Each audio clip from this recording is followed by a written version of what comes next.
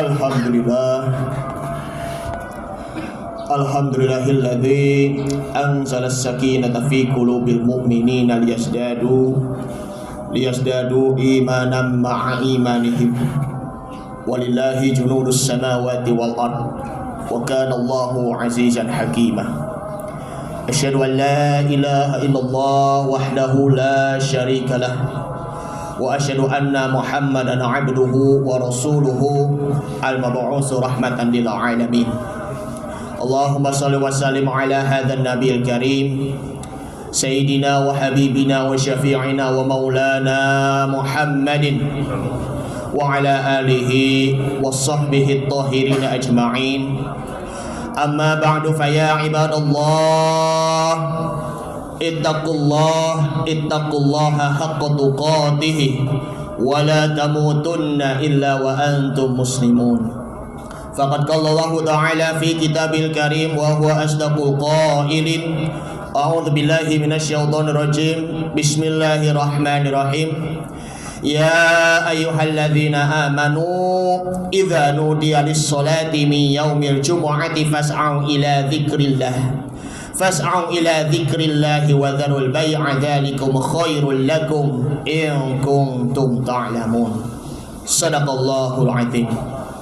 Ma'asyiral muslimin, sidang Jumat rahimakumullah.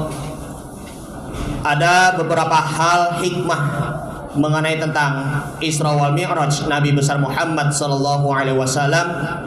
Hikmah tersebut terdiri dari ada 3. Yang pertama yakni kita hidup selalu bergantung kepada Allah Subhanahu wa taala. Nabi sallallahu alaihi wasallam beliau ditimpa duka cita yang amat mendalam karena 2 orang kekasihnya yang sudah wafat, baik itu Siti Khadijah istrinya maupun pamannya Abu Thalib. Nabi SAW mengalami duka cita yang amat mendalam karena kehilangan 2 orang kekasihnya yang selama membela dakwahnya Nabi Shallallahu Alaihi Wasallam, melindungi dakwahnya Nabi Shallallahu Alaihi Wasallam.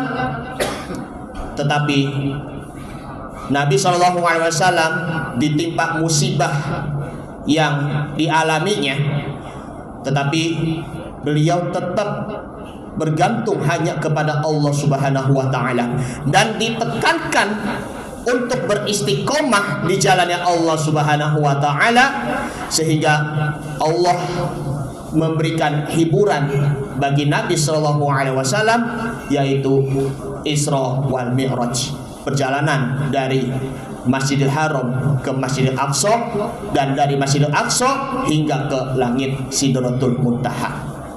Yang kedua yakni kita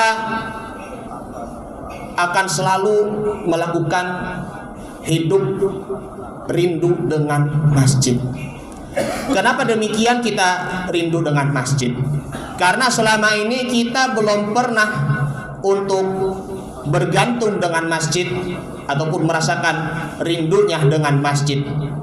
Kalau kita tidak pernah sholat di masjid selama hidupnya, maka apakah kita mau nanti diantar oleh orang-orang pakai keranda ketika kita sudah wafat?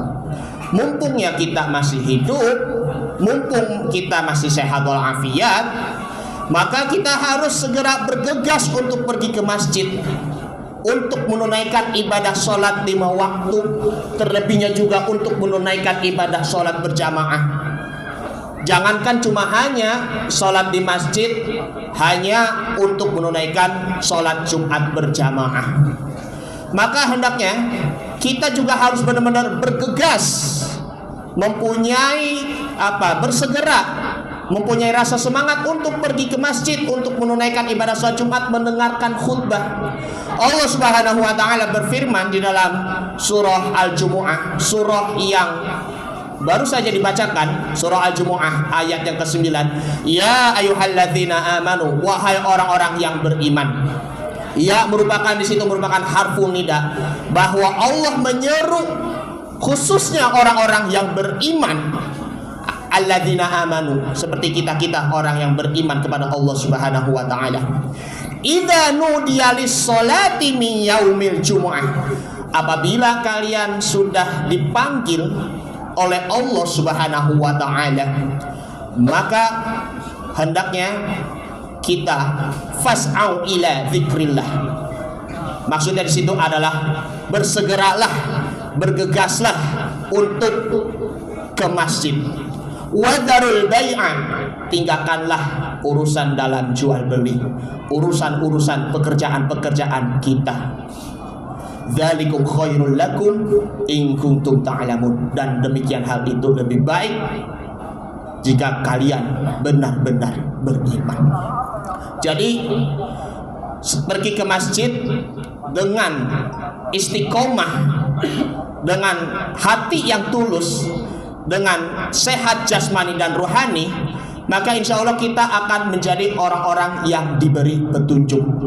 Rugi kalau kita tidak pernah sholat di masjid, tidak pernah berjamaah.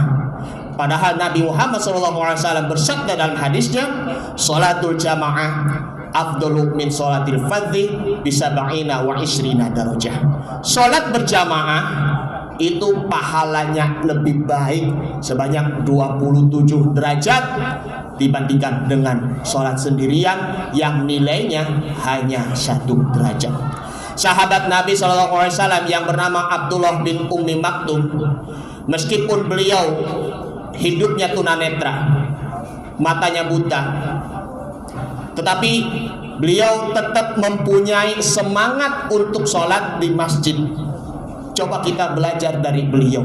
Masa kita orang yang sehat, baik dari matanya maupun juga dari seluruh tubuh kita, kalah dengan Abdullah bin Ummi Maktum. Padahal Abdullah bin Ummi Maktum itu rumahnya itu amat jauh sekali, merasa amat berat untuk pergi ke masjid disebabkan karena rumahnya jauh maupun juga matanya itu buta. Tetapi beliau awalnya pernah memberikan rukhsah, keringanan kepada Rasul SAW. Ya Rasul, berikan saya rukhsah karena saya disebabkan karena buta ataupun tunanetra, bahkan rumahnya jauh. Rasul jawabnya iya. Namun di akhirnya Rasul memanggil kembali, wahai Abdullah bin Ummi Maktum, apakah engkau mendengar suara azan? Iya, kembalilah ke masjid. Hingga akhirnya Abdullah bin Ummi Maktum kembali ke masjid, sampai akhirnya beliau sangat tertarik dengan sholat berjamaah di masjid. Subhanallah. Inilah yang kedua, yaitu kita harus benar-benar bergegas di masjid, karena masjid itulah merupakan benteng orang-orang yang beriman. Yang ketiga, yakni kita dengan meyakini adanya akhirat. Karena di dunia ini cuma hanya sementara saja. Dunia ini cuma hanya tempat singgah saja. Oleh karenanya kita di dunia ini cuma hanya dijadikan sebagai orang asing ataupun juga musafir. Nabi SAW bersabda, kun fit dunya ka'annaka qoribun aw 'abirus sabil. Jadikanlah Anda seakan-akan sebagai orang asing dan sebagai seorang penjelajah dunia. Kita sedang menjelajah di dunia untuk menuju ke kehidupan yang abadi, yaitu adalah akhirat. Ketika kita sudah wafat lalu dimasukkan ke alam kubur, kemudian berada di alam barzakh, di tempat singgah kita untuk menuju ke alam abadi. Kita berada di alam barzakh, kita tunggu sampai hari kiamat datang, lalu kita menuju alam yang abadi akhirat. Kita harapannya bisa masuk surga Firdaus nanti. Kalau kita tidak percaya dengan akan adanya akhirat, maka ancaman yang ada di dalam surah An-Naml, surah yang ke-7 ayat 4, innal ladzina la yu'minuna bil akhirati zayyana lahum a'maluhum. Sesungguhnya orang yang tidak percaya dengan akhirat, maka Allah menjadikan bagi mereka, yakni perbuatan buruknya itu bagi mereka itu indah. Padahal itu tidak. fahum ya'mahun. Jadi mereka terombang-ambing dalam kesesatan. Mudah-mudahan dengan 3 hikmah mengenai Isra Mi'raj Nabi besar Muhammad SAW, semakin kita bergantung kepada Allah Subhanahu wa taala, maka semakin bahagia dalam hidupnya. Semakin kita selalu bergantung dan rindu kepada masjid, maka iman kita akan selalu dibentengi dari belenggu-belenggu setan. Dan semakin kita percaya kepada akhirat, maka iman kita akan menjadi sempurna dan sempurna. Mudah-mudahan kita akan menjadi orang-orang yang mukminin, yang selalu beruntung hidup di dunia dan di akhirat. Amin ya rabbal alamin. Ini saja yang Al-Fakir sampaikan, mudah-mudahan bermanfaat. Barakallahu wa lakum fil Qur'anil Karim wa nafa'ani wa iyyakum fihi minal ayati wa dzikril hakim wa taqabbala minni wa minkum tilawatahu innahu huwas samiul alim. Aqulu qawli hadza fastaghfirullahal azim li wa lakum wa lisairil muslimina wal muslimat wal mu'minina wal mu'minat fastaghfiruhu innahu huwal ghafurur rahim.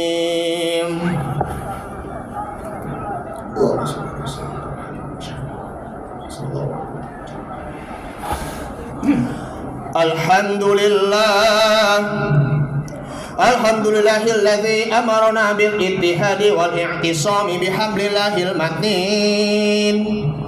Asyhadu an la ilaha illallah wahdahu la syarika lah.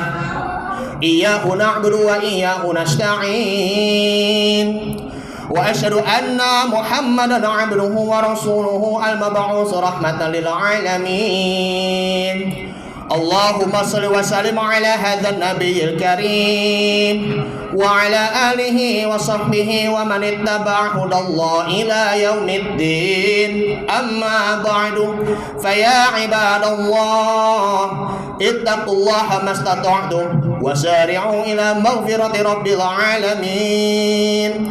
Wa'lamu anna Allah ta'ala amarakum bada bi nafsihi wa sanna bi malaikatil musabbihati bi qudsi faqala ta'ala inna Allah wa malaikatahu yusalluna 'alan nabi ya ayyuhalladzina amanu sallu 'alaihi wa sallimu taslima. Allahumma shalli 'ala sayyidina Muhammad wa 'ala ali sayyidina Muhammad kama صليت على سيدنا إبراهيم وعلى آل سيدنا إبراهيم وبارك على سيدنا محمد وعلى آل سيدنا محمد كما باركت على سيدنا إبراهيم وعلى آل سيدنا إبراهيم في العالمين إنك حميد مجيد.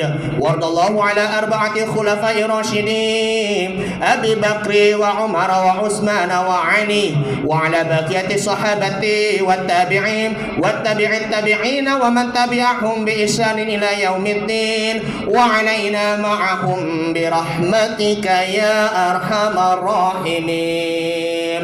اللهم اغفر للمؤمنين والمؤمنات والمسلمين والمسلمات الأحياء منهم والأموات إنك سميع قريب مجيب دعوات ويا قاضي الحاجات. ربنا اغفر لنا ذنوبنا ولوالدينا وارحمهم كما ربونا صغارا. اللهم أعنا على ذكرك وشكرك وحسن عبادتك. رب أنزلني منزلا مباركا وأنت خير المنزلين. ربنا آتنا في الدنيا حسنة وفي الآخرة حسنة وقنا عذاب النار. عباد الله إن الله يأمركم بالعدل والإحسان وإيتاء ذي القربى وينهى عن الفحشاء والمنكر والبغي يعظكم لعلكم تذكرون. فاذكروا الله العظيم يذكركم واشكروه على نعمه يزدكم وادعوه يستجب لكم ولذكر الله أكبر والله يعلم ما تصنعون. أقم الصلاة.